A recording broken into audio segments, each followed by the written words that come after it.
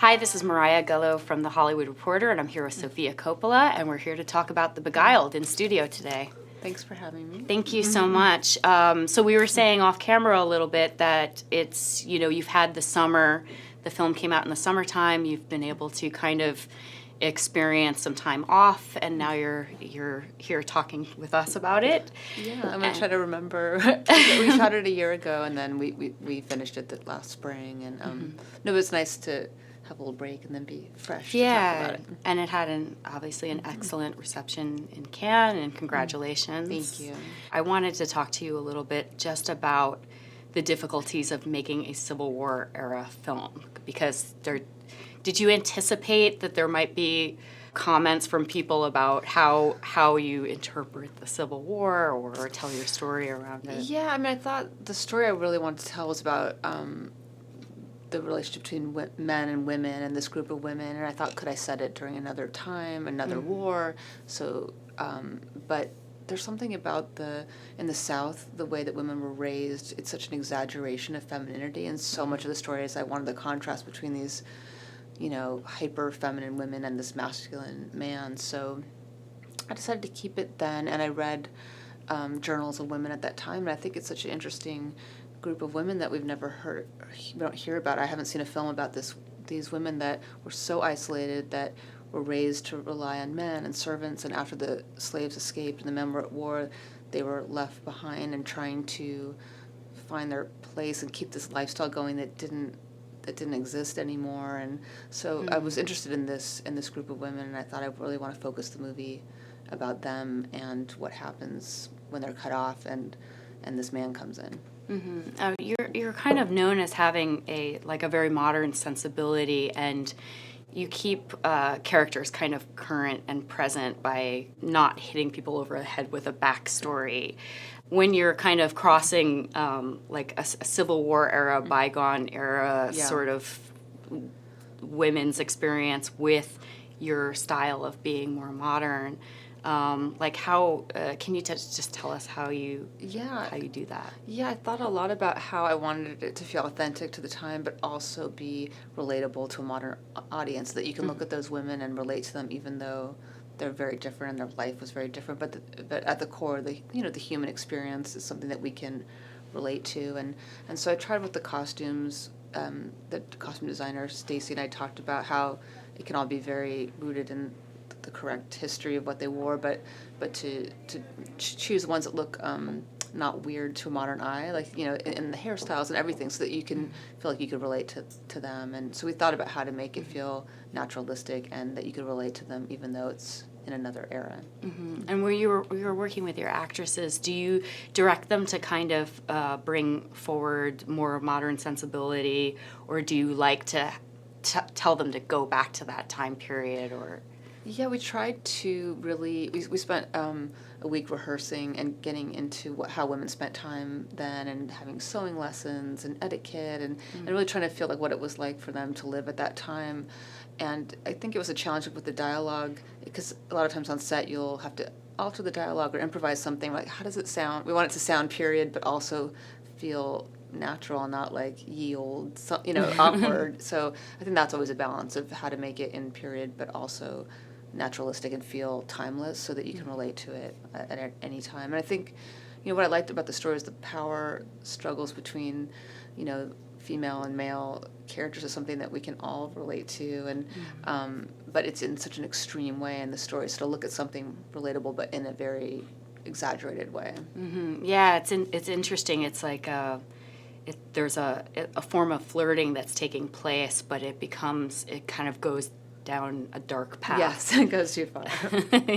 How did you work with Colin Farrell to kind of give him that explosive shift halfway through the movie? Yeah, I mean, what I liked about the story is that you don't expect where it's going to go, and we worked a lot about, he comes into this very feminine world where everything's soft and pastel and it's not threatening at all, and you just hopefully don't see the turn happening and you're as surprised as he is, and you don't expect the women to act in the way that they do, and it's such a contrast from the beginning. So when we were rehearsing, Colin wasn't a part of that. We kept him as a really separate element, and so when he comes in, he's just this foreign element and has to kind of react to all of them. And I liked that you don't know he's a bad guy right off the bat, that you have to kind of, you want to believe him in the way that they do, and you have to kind of discover everyone's character as the story progresses. I hope that the audience can go on the ride of kind of uncovering who's really underneath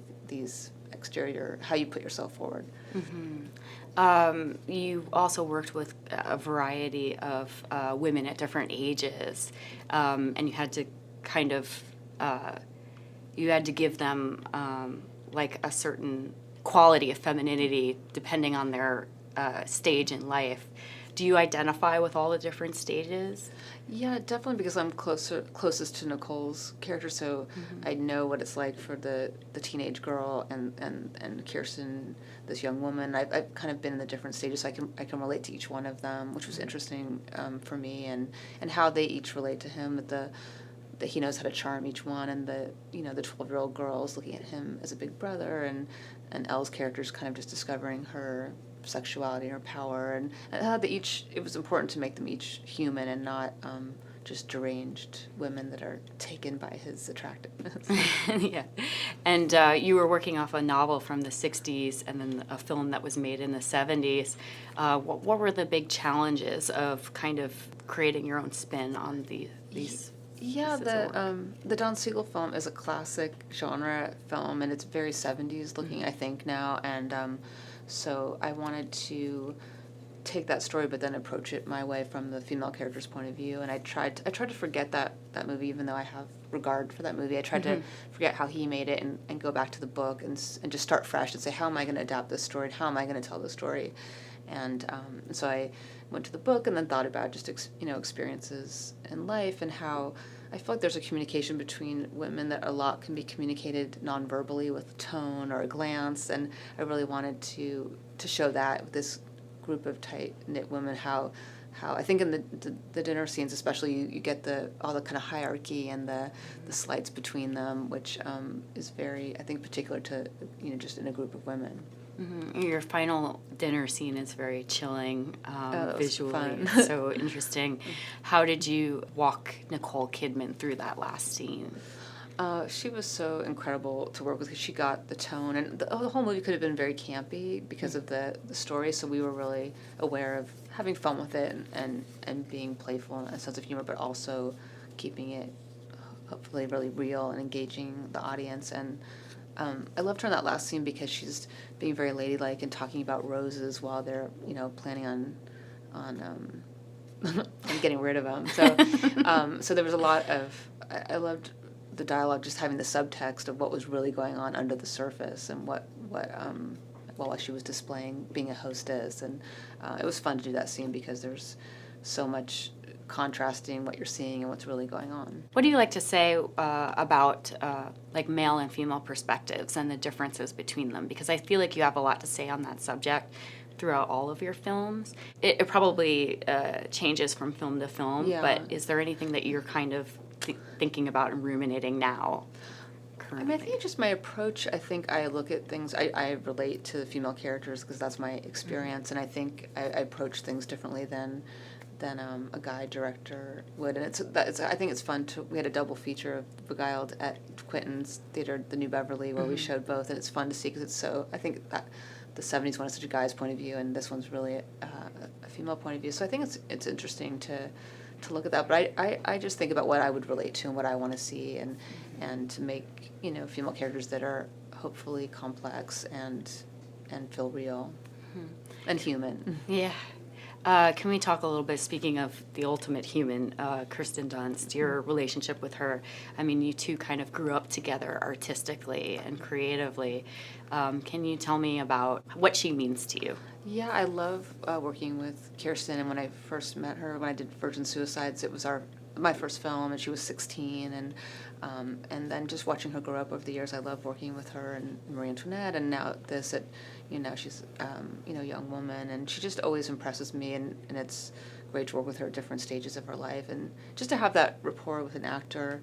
I love her as a person, but also she gets my sensibility. She knows exactly how I like to work, and it's always interesting to see what she brings to it. And I love in The Beguiled that she did such a withdrawn, subtle performance. She has so much going on, but it looks very quiet, and she became so introverted and vulnerable, and it's the opposite of, she's so bubbly and extroverted in real life. So it was really interesting to see her transform like that. Is there a failure in your life that has helped you with your directing style? Any challenges or things at the time you think what makes you stronger or try harder? I can't think of exactly. I think when I was in my dad's film Godfather 3 and being really attacked for that when I was 18, I feel like it somehow kind of toughens you up. That okay, what could be worse than saying that you ruined your dad's movie? Like, it just kind of, it frees you in a way, or gives you some kind of courage when you go through a hard experience publicly, I guess, to not be so affected by that. I think a lot of people have the perspective that people who are successful somehow have an easy life, but they don't see all of the hard work or the backlash of success. I always feel each film, it's such a challenge to get made, and it's a struggle, and it's scary, and so it's definitely, you don't show that side, but there's definitely a lot of hard work, and it's, you have to really make yourself vulnerable, put yourself out there, which is always scary. Yeah. Is there anything you're working on now, or are you excited to move forward with a different genre? Yeah, no, I'm just, I'm excited that I got to make this film, and I'm proud of it, and now I'm looking forward to trying to figure out what's next. I'm not sure. Yeah. It's always a scary moment where you're trying to figure out where you're going, but I like to, after a film, kind of take a moment to, and usually the next film is affected by the one before, so if I'm not sure. Is there a particular challenge of the this time period, that set piece, that psychological thriller that you just worked on? Is there something where you're kind of ready to put that aside because it was particularly challenging? Yeah, I mean, maybe the corsets. Yeah, no, I always find it exciting when you do something you haven't done before, and hopefully you pull it off, or you feel I think it makes me want to take on other challenges. It's always exciting to do. You learn so much from that, and to try something you haven't done. And but yeah, I'm not sure what's next. Last question for you, Sophia. What is the question most asked of you by women who want to be directors? Oh, I feel like young women ask me for advice, and I always think. Who's that? I was talking to my cousin who's a teenager had an interview show with a couple teenage girls asking me about what about becoming a director, and I think just really what's always been helpful to me is to really trust your gut and make the films that you want to see. And I feel like I try to make the films that I don't see out there, that I feel are missing and that I want to see, and that I can relate to. And I feel like that's the best thing about films, are seeing other people's experiences that you don't know about. So to trust that your experience is worth putting out there, and hopefully more points of view will be out there. That's wonderful. Thank you so much for being here, you. Sophia. The Thank movie is you. The Beguiled.